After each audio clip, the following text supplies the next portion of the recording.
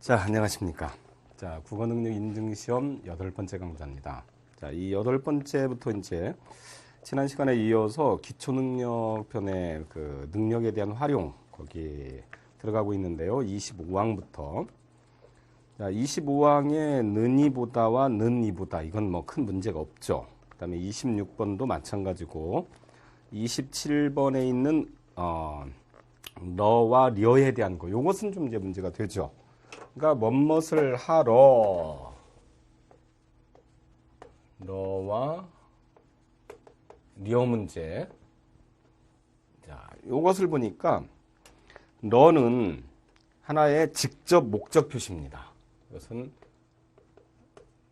직접 목적을 하는 것이고 려는 이때는 동작을 하려고 하는 의도죠. 의도.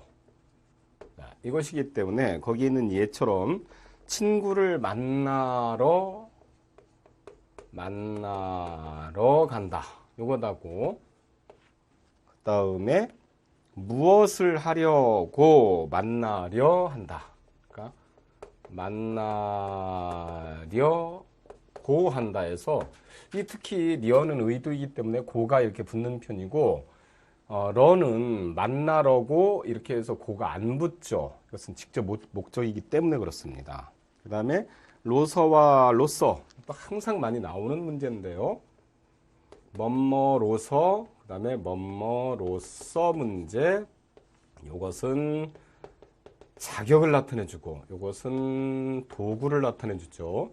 그러니까 사람으로서 이렇게 되고 자격이고 그 다음에 칼로서 무를 뱉다처럼 도구이고 자, 그것이고 그 다음에 으로와 미음으로 이것은 좀 잘 알아둬야 되죠. 그래서 무로 뭐뭐 무로와 그 다음에 뭐뭐 미음으로 자 요것은 좀 이제 잘 알아둬야 되는데 거기에는 뭐뭐 무로는 까닭입니다. 그 다음에 미음으로서는 명사형이기 때문에 여기처럼 까닭을 나타내주는 날씨가 참으로 옷을 더 껴 입어야 된다. 이것처럼. 그다음 미음으로라고 하는 것은 명사형어미니까 항상 웃음으로 대한다. 그 다음에 어떤 책을 읽음으로 지식이 늘어난다. 이와 같이 활용이 되는 겁니다. 그래서 뭐 이것도 그렇게 커다란 문제는 아닙니다. 그래서 넘어가기로 하고요. 자, 유제로 갑니다. 유제 3번. 연화장으로 세배를 가름한다. 대신이죠. 그러니까 맞죠. 그 다음에 위원의 한 사람으로서가 돼야 되겠죠. 이때는. 그 다음에 배가 터지리만큼. 이때는 리만큼이 돼야 되네요. 배가 터지리만큼 먹었다. 그래서는 이때는 리만큼 전체가 하나의 그 정도를 나타내주는 연결음입니다. 그래서 이렇게 알고 있으면 되고, 그 다음에 마음이나 이런 것은 졸이는 거죠. 그러니까 가슴을 졸이고 마음을 졸이는 것은 졸이다. 국물을 졸이는 것은 졸이다. 그래서는 마음조림, 그 다음에는 생선조림 이렇게 해서 알고 있으면 된다겠죠. 그 다음에 얼음 같은 거야 뭐 문제가 안 되는 것이고. 네 번째, 친구를 만나러 간다죠. 금방. 그 다음에 쓰노라고 쓴 게 이 모양이다. 자기 자신의 어떠한 그 노고라든지 이런 것들을 갖다 한 것을 나타내 주는 것이 뭐뭐한 노라고죠. 그러니까 맞네요.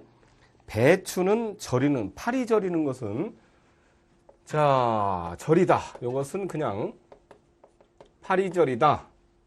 그 다음에 소금의 절이다. 이 두 가지 종류만 알아두면 됩니다. 얘만 알아두면 뭐 큰 문제가 없고. 마지못해 하느니보다 해서 하느니보다 이렇게 써야 되죠. 뭐뭐 하느니보다. 느니보다. 그 다음에 며칠 더 있다가 가마. 머무르다가 스탠바이에 대한 것은 있다가 가마 이렇게 돼야 되죠. 있다가 라고 하는 것은 next time 그러니까 다음에 라고 하는 것을 나타내 주는 것이니까 금방 쉽게 알 수가 있는 겁니다.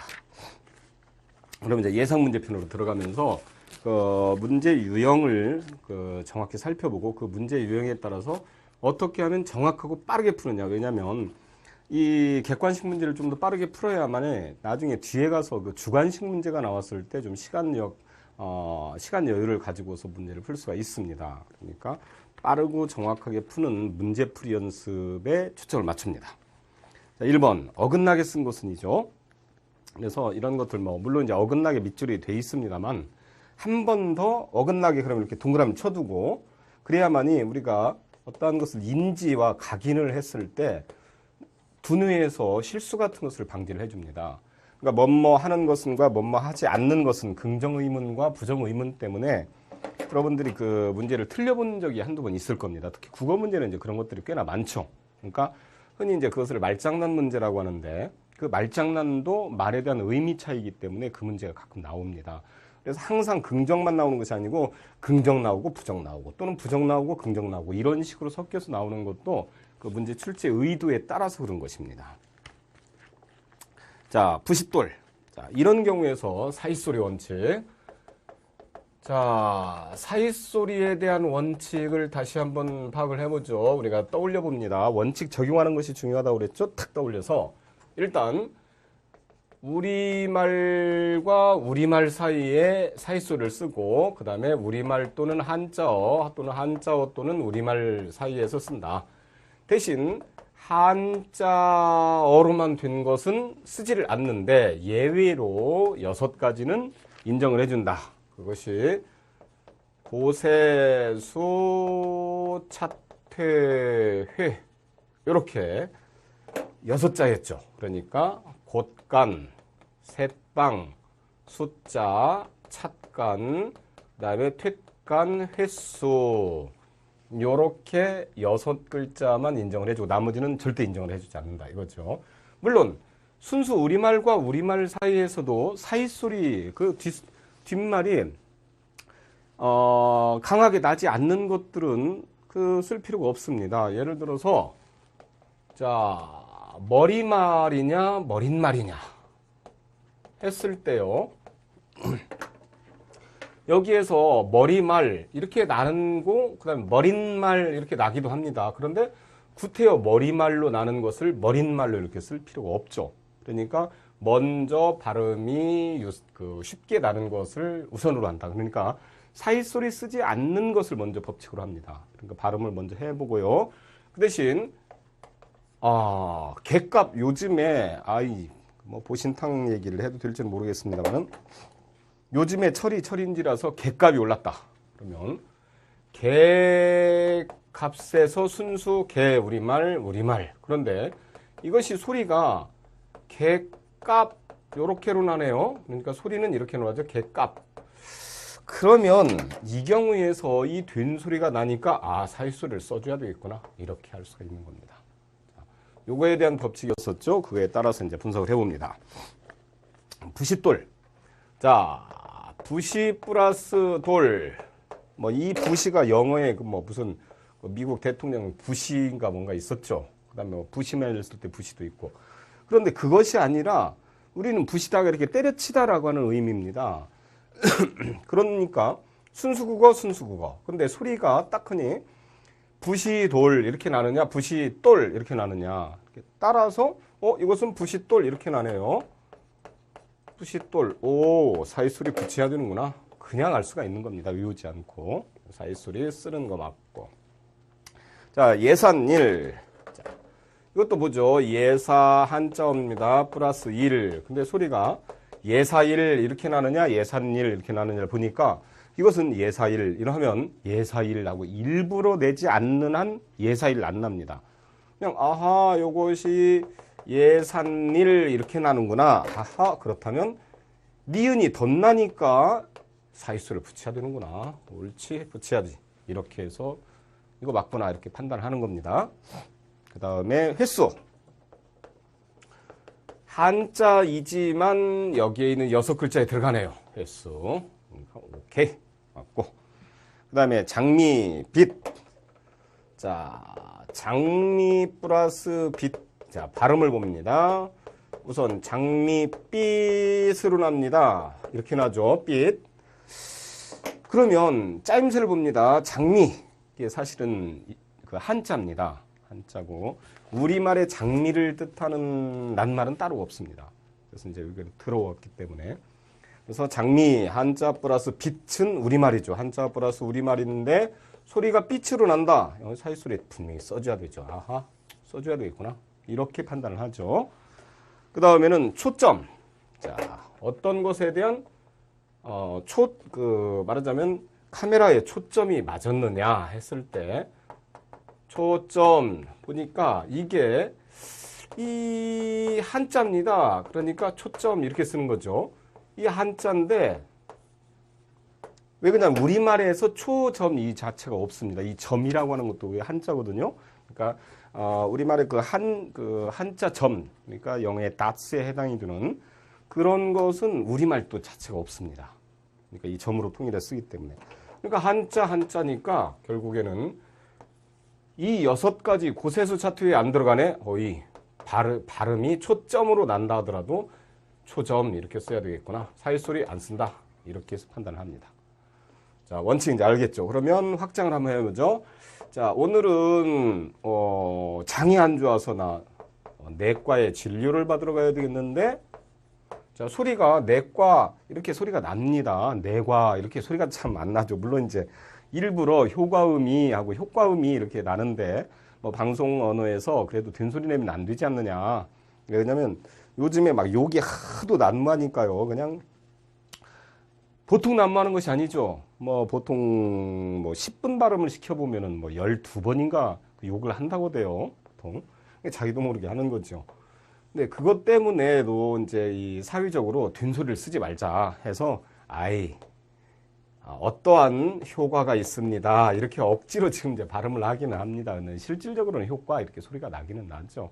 이것도 내과처럼 소리가 나는데 한자입니다. 그러죠? 왜 그러냐면 이 내과 이렇게 죠. 내과. 그래서 이건 한자니까 그 사이소리를 쓰면 안 되겠구나. 그 대신 냇물의 냇가에 가서는 자, 내신에 자, 내의 내천자 한자가 있죠. 그러니까 이 내천자가 있으니까 이 내는 우리말이네요. 우리말의 가장자리 가. 우리말 사이소리 내가로 소리 나니까. 자, 이처럼 여기서 내과 냇가의 법칙만 기억을 해두면 여러분들이 좀 더 수월하게 풀 수가 있는데 문제는 이게 원어가 한자냐 아니냐를 갖다 구별해주는 힘이 이제 부족하다는 점이죠. 그래서 조금 더 깊게 들어가려면 한자어 공부도 좀 해두는 것이 여러분들한테 도움이 좀 됩니다. 자, 좀 무리 쉽다 싶으면 여기에서 많이 나오는 용례들만 기억을 해두면 되고요. 자, 2번으로 넘어갑니다. 단어의 밑줄 친 단어와 같은 뜻을 나타내주는 거. 그러니까 마을 사람의 손을 빌리지 않고 원래 단어의 의미에는 첫 번째 고정적 의미에 해당이 되는 사전적 의미가 있죠. 그러니까 이걸 이제 중심적 의미라고 합니다. 그 다음에 두 번째는 이것이 점점 넓게 쓰이는 확장적 의미가 있죠. 요것이 이제 주변적 의미라고 합니다. 그런데 먼저 단어의 의미를 물으면은 여기에서 두 가지를 먼저 생각합니다. 사전적이냐 확장적이냐. 자, 손 하면은 이렇게 손 숫자죠. 핸드입니다. 그러면 마을 사람들의 손을 빌리지 않고는 가서 어떤 일을 하는데 마을 사람들의 와가지고 직접적으로 손을 다 이렇게 그리고 손을 빌려주는 것도 아니죠. 무슨 뭐 손이 빠지는 것도 아니고 손을 가서 잡아올 수도 없고. 그러니까 이게 중심적 의미가 아니네. 주변적 의미로 쓰였구나. 주변적 의미에서의 어떤 뜻이냐 그러면 일손이라든지 하나의 도움이라든지 이런 뜻으로 쓰였죠. 이와 같이 이것은 이제 TCP 활용이라고 합니다. 어휘의 변환이라고 얘기를 하는데요. 어휘의 변환을 해가지고 일단 이렇게 잡습니다. 그래서 일손이나 여기는 도움이었구나. 마을 사람들의 손을 빌리지 않고 마을 사람들의 도움을 확장적 의미로 쓰였고 의미는 도움이다. 이렇게 한 다음에 이제 들어갑니다. 장사꾼의 손에 놀아났다. 장사꾼의 손에 놀아났다. 이때 진짜 이 손에 이렇게도 되지만 사실은 이때 장사꾼의 손은 수완을 가리키는 거죠. 수완 또는 그 사람의 어떤 이제 현혹시키는 거, 현혹. 더 나아가서는 뭐 사기치는 것도 이제 되겠죠. 그러니까 확장적 의미는 되지만 도움이란 뜻은 아니네요. 그죠? 그다음 농사철에는 손이 부족하다. 일손이 부족하다. 도움이 부족하다. 맞네요. 그래서 오케이 되고 집안의 운명은 나의 손에 달려있다. 이때의 손은 노력이라고 하는 확장적 의미를 가지고 있죠. 이것들을 잡을 수가 있어야 됩니다. 그 다음에 우리 집에는 늘 자고 가는 손이 많다. 손님, 게스트를 말하죠. 그 다음에 장날에 조기 한 손이라도 사야 되겠다. 자, 한 손. 자, 그러면 한 손도 역시 여러분들이 이 손에다가 들 수 있는 마리수를 한번 세보세요. 큰 것이다 하더라도 한쪽에 한 칸씩 들으면 되죠. 이렇게 하나하나. 그러면 조기 한 손, 그러면 이게 한 마리, 두 마리 이렇게 들으니까 두 마리는 최소한 들 수가 있겠구나. 이렇게 적습니다. 그래서 의미를 파악하니까 이런 것도 쉽게 파악을 하죠. 조기 한 손이면 두 마리가 이제 그렇게 되는 겁니다. 그러면 이제 예를 들어서 코다리 한 코라든지 명태 한 코가 있죠. 그걸 잘 보세요. 이를 널어놓는 것을 보면은 이렇게 한 마리, 두 마리 이렇게 하나, 둘 이렇게 널어놨겠죠. 그러면 한에 있는 것이 한 손에 들 수 있는 건 두 마리씩이죠. 그러면 한 코를 갖다 사람이 들었다 그러면 총 네 마리를 들 수가 있겠죠. 그래서 코다리 한 코는 네 마리 이렇게 되는 겁니다. 이 자체가. 그래서 그런 것들이 이제 응용이 되어서 쓰이는 거구나라고까지 이제 알면은 어휘에 대한 응용까지 문제를 확장시킬 수가 있습니다. 자, 그다음에 3번 다르다와 틀리다. 자, 이거에서 다르다, 뭐뭐와 다르다, 디퍼런트의 뜻을 나타내 주는 것이고, 그 다음에 틀리다, 이것은 옳고 그르다라고 하는 뜻이죠. 이것은 그르다, 잘못되어 있다. 그러니까 오케이 or no 이런 뜻입니다. 그러니까 이것은 서로 이제 구별을 해주면 되죠. 이론과 현실은 달라요, 맞죠? 제 생각과 선생님과 생각이 틀립니다. 그러면 안 되죠. 그건 다릅니다. 그런 문제로 가는 것이니까 뭐 이건 여러분들이 잘 합니다. 그래서 더 설명을 안 해도 되겠고, 네 번째 맞춤법에서 너 같은 천재를 본 적이 없어 하고 일찍이 이렇게 나왔죠. 이것도 자, 일찍이냐 아니면 희냐 이거에서 이제 고민을 할 때 법칙이 있었습니다. 우선 가장 간편한 법칙은 이로 나는 거죠. 소리가 일찍기로 납니다. 일찍기 이렇게 발음하지 누가 일부러 일찍히 이렇게 발음을 하지 않습니다. 그러니까 이건 뭐 그러네요. 물론 더 쉽게 하다를 붙여보면 됩니다. 일찍하다 no 그러면 이 이렇게 해서 파악을 하죠. 자, 그 다음에 나의 손을 따뜻이 잡아주었다. 자, 따뜻이 시오티 무조건 이. 고깃국을 먹었더니 자, 고기 플러스 국 발음상에 따라서 된다 그랬죠. 고기 우리말이죠. 고기는 우리말입니다. 국 우리말입니다. 순수국어의 된소리가 나느냐 안 되냐. 고기국 이렇게 나느냐. 고기국 국으로 나네요. 사이소리 이렇게 붙여주면 되겠죠. 자, 소리 글자. 이것도 이제 이게 이런 겁니다. 소리 플러스 글자인데 여기서 소리 글자 이렇게 그러니까 소리와 글자는 순수 우리말이니까 발음에 따라서 소리 글자 이렇게 나느냐 소리 글자 나느냐. 자, 어떻게 납니까? 여기에서도 분명히 어떻게 나느냐면은 소리 글자 만약에 난다면 소리 글자 이렇게 나와야 되는데 이 발음이 어색하죠. 소리 글자 이렇게 그냥 글자 이렇게 나는 것이지 소리 글자 이렇게 나는 거 아니죠. 오, 글자로 안 나는데 그럼 사이소리 붙일 필요 없지. 이렇게 됩니다. 순수 국어지만.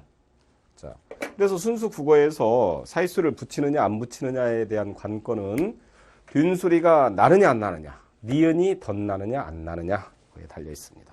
그러니까 물론 이제 여러분들의 발음도 좀 해봐야 됩니다. 발음이 엉망이면은 그 문법도 많이 틀립니다.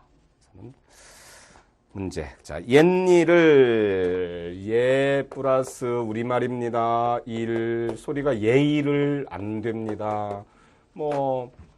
무슨 예일 고등학교라든지 그런 학교 이름은 있죠. 예일 유치원 이런 것도 있고요. 그런데 이것은 옛일 이렇게 소리가 나네요. 그러니까 니은이 덧나니까 지금 소리는 옛일 이렇게 니은 덧납니다. 사이소리 필요하네 이렇게 적어야 되겠죠. 그래서는 그에 대한 응용력을 갖다 이렇게 키우는 겁니다. 그래서 문제를 보면서 어떻게 어떤 이론, 즉 우리가 배웠던 이론을 어떻게 적용시키느냐 굉장히 중요합니다. 그래야만이 여러분들이 쓸데없는 거 다 안 외우고 그 문제를 수월하게 풀어갈 수가 있다는 얘기입니다. 자, 그럼 이제 5번 문제로 들어가죠. 의존명사에 대한 띄어쓰기 문제죠. 뭐뭐 하는데. 자, 대의 경우에서는 무조건 대가 나오면 하나의 장소의 뜻을 가리킨 거나 또는 특정한 의존, 명사의 뜻을 가리키면 의존명사니까 그렇게 큰 문제는 없죠. 설득하는 대, 뭐뭐하는 대 하는 설득하는 어떤 시간, 장소 이런 것들이니까 여기에서는 띄었어야 되겠네요. 가까운 곳이죠. 협조한다는 대에 분명히 띄었으죠. 예쁜 데다가 예쁘고 그녀는 얼굴도 예쁜 데다가.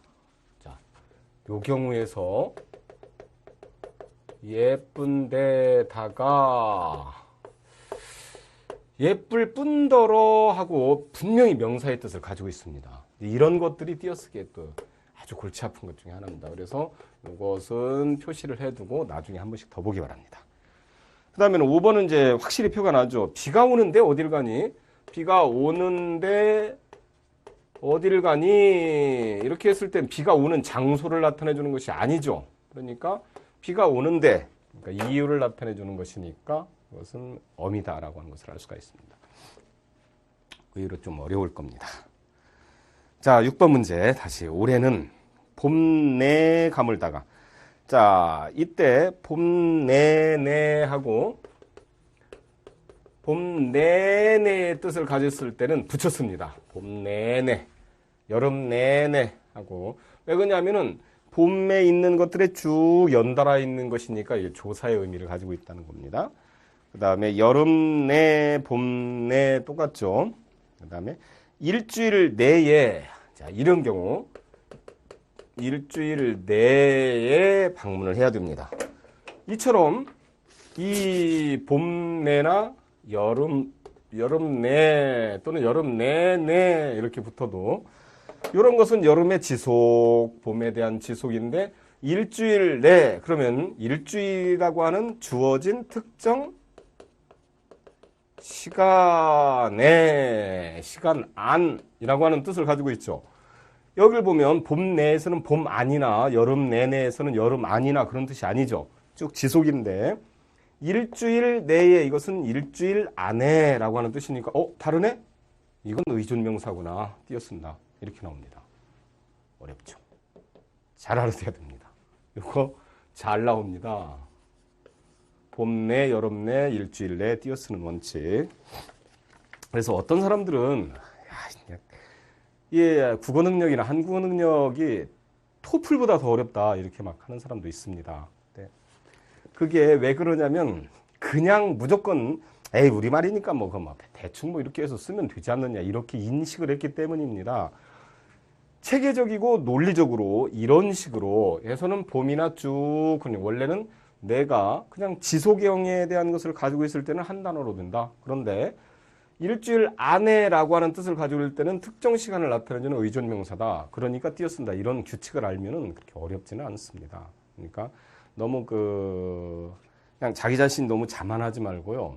좀 어렵다고 느끼면은 거기에 있는 법칙을 먼저 이해를 해두고 그 다음에 그걸 활용을 해야 됩니다.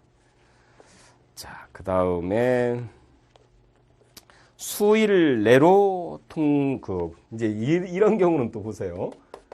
수일 내로 이때는 이것도 수일 안으로 이런 의미 같은데 이때 수일 내 같은 경우는 한 단어로 그냥 인식을 해버립니다.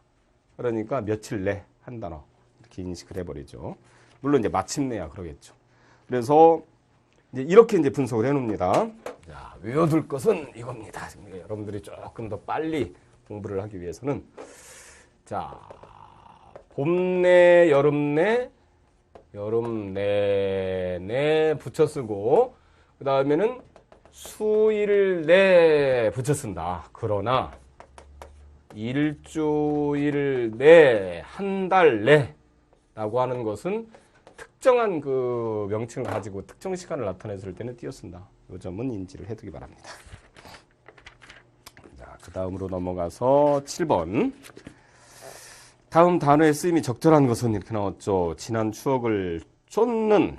자, 쫓다와 줬다가 나왔죠. 쫓다. 여기에서 이제 쫓다라고 하는 것은 멋을 위협해서 몰아내다. 이겁니다. 몰아내다. 그러니까 저기 개들, 저 강아지들 좀 쫓아내라 할 때는 이 쫓다를 쓰는 거죠. 근데 어떤 것을 따르다라고 하는 거 이럴 때는 줬다를 쓰는 거죠. 그러니까 줬다. 이것은 무엇을 따르다. 그래 거기에서 나온 것이 그녀를 쫓아 와 같은 이런 것들이 있습니다. 그녀를 따라서 가서 뭐 이런 거. 그 다음에는 친구에게 일하자는 뜻을 비췄다. 비추는 것이 아니고 비치는 거죠. 자, 뜻을 비치다. 그러면은 활용명에 해당이 되는 것은 비쳤다 이렇게로 돼야 되겠죠. 그 다음에 우리는 서로 다른 거 맞고 속은 속 내부에 있는 것은 썩이답니다. 속은 썩이고 자 이입니다. 내부에 있는 것은 썩이고 그 다음에는 삭히거나 외적인 것은 썩히는 겁니다. 썩히다. 그러니까 생선을 썩혀서 홍어 삭힘은 생선을 썩힌 거나 마찬가지다. 외적인 거 썩히다. 그러니까 속을 썩이는 자식은 하고 썩히는 자식이 아니죠. 그 다음에 아무튼 요것은 아무튼으로 적어야 되죠. 자, 이와 같이 이번 시간에는 주로 이제 예상 문제 편에서 문제에 대한 활용은 어떻게 할 것인가 거기에다가 초점을 맞추고 같이 공부를 했습니다. 그럼 다음 시간에도 이와 같이 문제에다 초점을 맞추고 계속 이어서 나가기로 하겠습니다. 수고하셨습니다.